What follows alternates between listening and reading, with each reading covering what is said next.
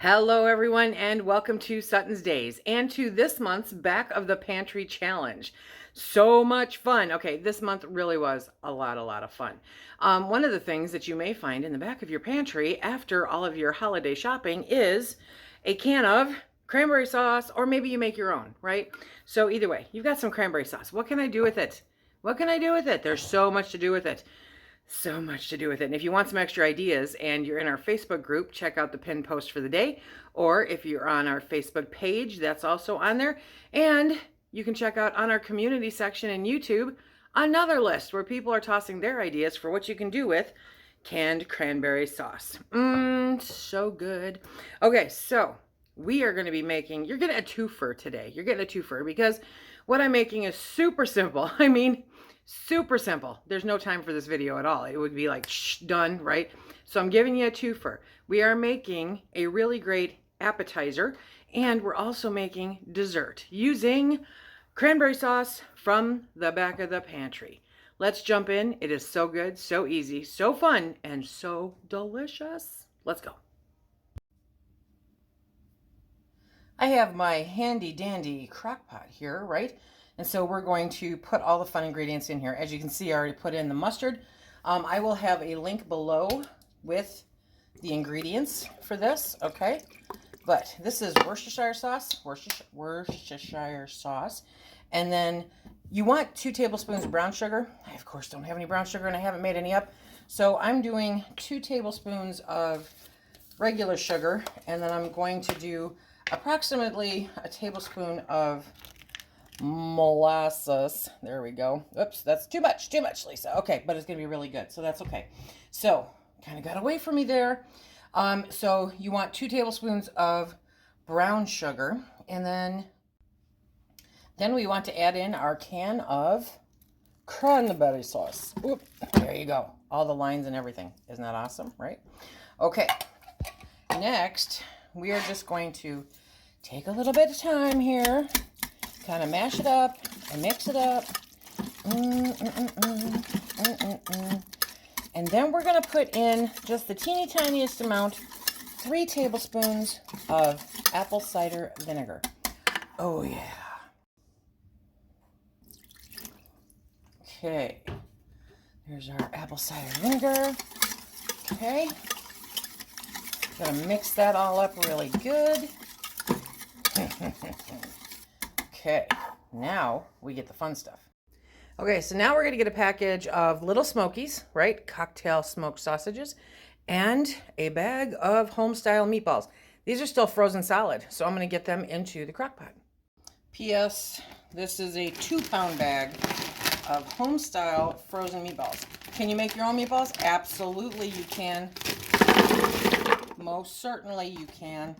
So we're going to pop those in there. You know what? I think I'm going to heat up these Little Smokies just a little bit so I can get them out of the bag better. These are sure to be a wild hit at any party or card night or anything like that you want to do, right? Crazy good. Okay, so we got our little wieners. Okay. Phil loves these things.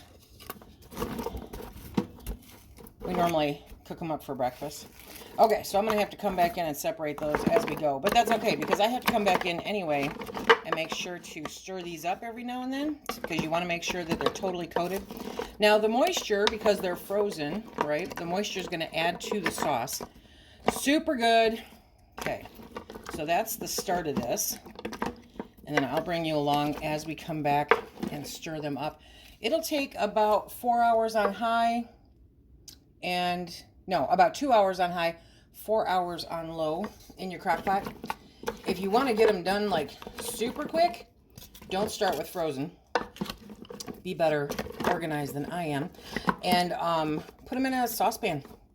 Yep, that's exactly how quick and easy you can do it. But mine are frozen, and I have other things that I want to show you.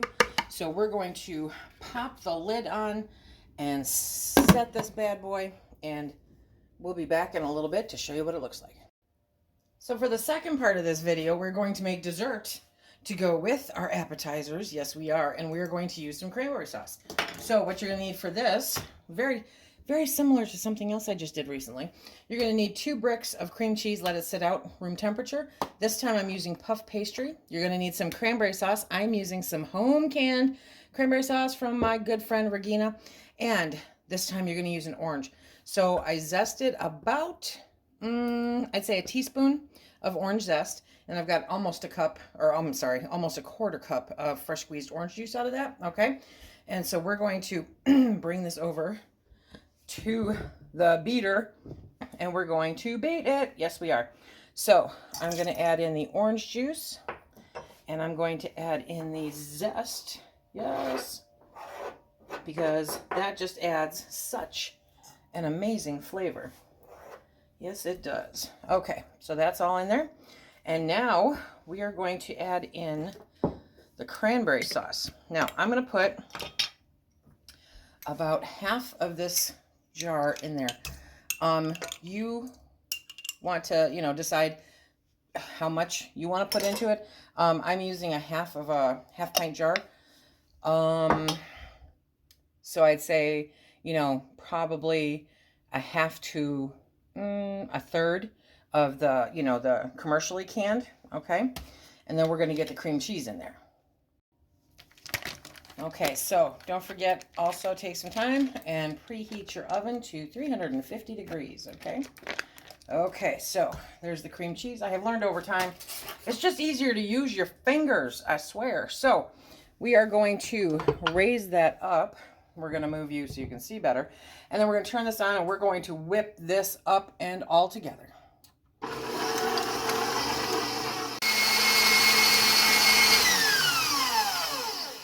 Okay, poof, just like that, we are done. So you'll notice it doesn't whip up quite the same as like just a lemon does. It's chunky because it's got cranberry sauce in it. Yes, it does. Okay, let's move over and get the pan ready. I picked up Pepperidge Farm puff pastry. Say that 10 times real fast. So there's 2 pastry sheets in the box, okay? And so we are going to spray down our baking sheet once again. And remember, you don't need a stand mixer to do that. You can use a hand mixer to mix all that fun stuff together. Yes, you can. Okay, so here's our puff pastry. Come on now. Be nice to me. Okay. There we go. Okay. You know me, not always the most graceful person in town. So we've greased the bottom of the sheet. And now, dun, dun, dun, dun, we are going to lay these down. Come on, you can do it. Okay. And these do not cover the entire thing. So we're going to pull off the bottom of the other one. There we go. Okay. Because I want to cover this whole sheet. The whole sheet. Yes, I do. Okay, so let's get that mixture out here. This is gonna be so good. Okay, so let me get some of this off of here. This is gonna be a sweet, creamy, somewhat little tart dessert that I just know they're gonna gobble up. Okay. Bum, ba-dum, bum. Okay. So now we're gonna take all that. I mean, who doesn't love cranberry orange? Cranberry orange, my friends. Okay, so we're going to take that, spread it out as evenly as you can across the whole dish, push down in the corner, make it behave itself. Okay, there we go. There we go. Okay, and then I'm going to go get the other box of puff pastry so that we have enough to cover. So you need a box and a half of puff pastry or a smaller baking dish. This means to get 2 9x11 sheets, you would need 2 boxes of the puff pastry from Pepperidge Farm. Okay, so now we've got that in there. And I have enough puff pastry to make another sheet. Yes. Okay. And I have enough cranberry sauce. And I have enough cream cheese. Life's good. Okay, so now that we've got that on there, it's time to do some butter. This time I am not melting the butter per se. I mean, it's soft, but I'm not melting it. Okay. Because I just want to spread this nicely on the puff pastry. And because puff pastry is a little more sturdy than the crescent roll, the crescent dough. So I can get away with this, right? Right. Oh, yes. This is going to be good. Okay. And the one thing about the puff pastry is that I feel like it will sit. It sits more evenly than the crescent dough. But, you know, what do I know? Okay, so I'm just going to get some up on the edges here. Make sure I'm hitting everybody with my best shot. Okay, that was my 1980s seeping through. Don't do that, Lisa. Okay, and now we are going to sprinkle on some sugar. Yes, we are. Because everything's better with a little sugar. Actually, what this will do is it'll just create a really nice crust on top. Okay, it'll be pretty and it'll be yummy. Okay. So that is our sugar top. And remember, you know, ingredients, directions, all that fun stuff will be listed down below. So now we're going to put this in the oven, and I'll be back when it comes out.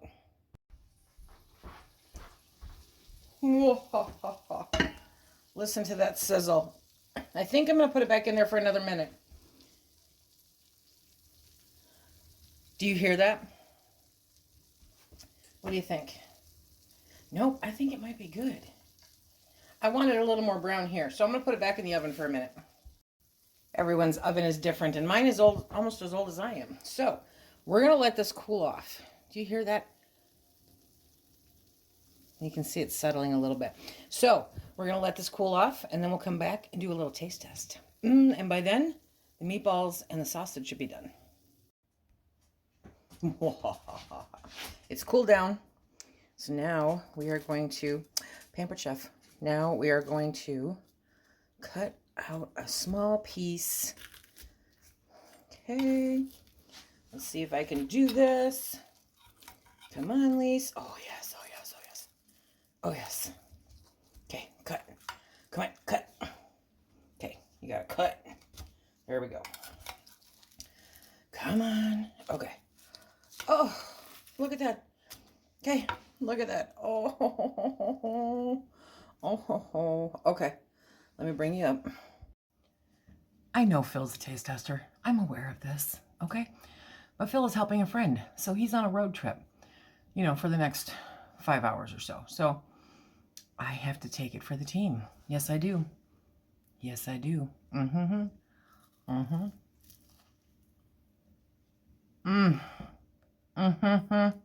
Okay. I love puff pastry. And the cream cheese.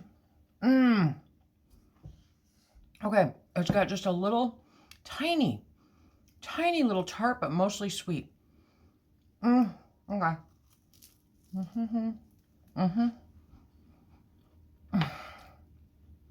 Seriously. Okay. I have to give this away. This is good.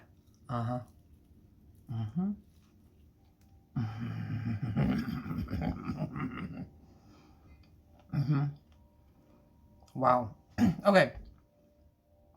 The cream cheese is nice and mellow and sweet in the middle.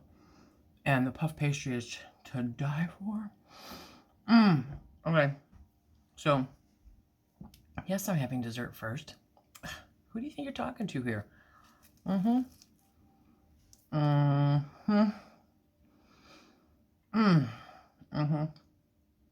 Yep. This is good. I don't know if it's as portable as the lemon cream cheese bars, you know? Yeah, but it's good. I think if I make this again, I'm sorry, when I make this again, that I'll do it with the crescent rolls because it really does make it more portable. even though puff pastry is the bomb. Okay, let's go try some meatballs and sausages. Uh-huh.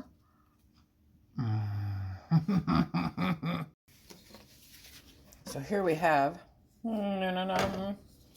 literally after like 15 or 20 minutes, the sausages all just fell right apart. Yes, they did. Look at that. Focus, Lisa. Focus. Okay. So good. So good. Okay. Let me give myself a fork. Yep. You know what my dinner is tonight? Puff pastry and meatballs. The trick here is positioning the camera. Okay. So first, num num num num. Meatball. Meatball, my friends. Okay.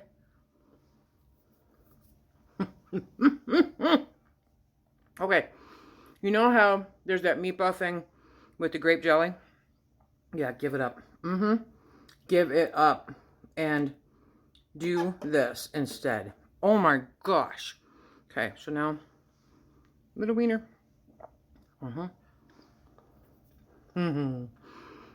This is so good. Okay, this would be a massive hit at any party, at any family get-together, at any card night. Okay, so literally, I'm going to scoop a couple of each into a bowl, and I'm going to have myself some dinner. I hope that you guys try this. I hope that you like it and enjoy it. Be sure to check out the link below that has the recipe and instructions for you. And I hope that you enjoyed this back of the pantry challenge. Yeah, really good stuff. Really good stuff. Be sure to check out all the channels that have participated. They're in the description box below also, along with a playlist for all of the current and former back of the pantry challenges. Okay, so seriously, gotta have another meatball. Gotta have another meatball. So good.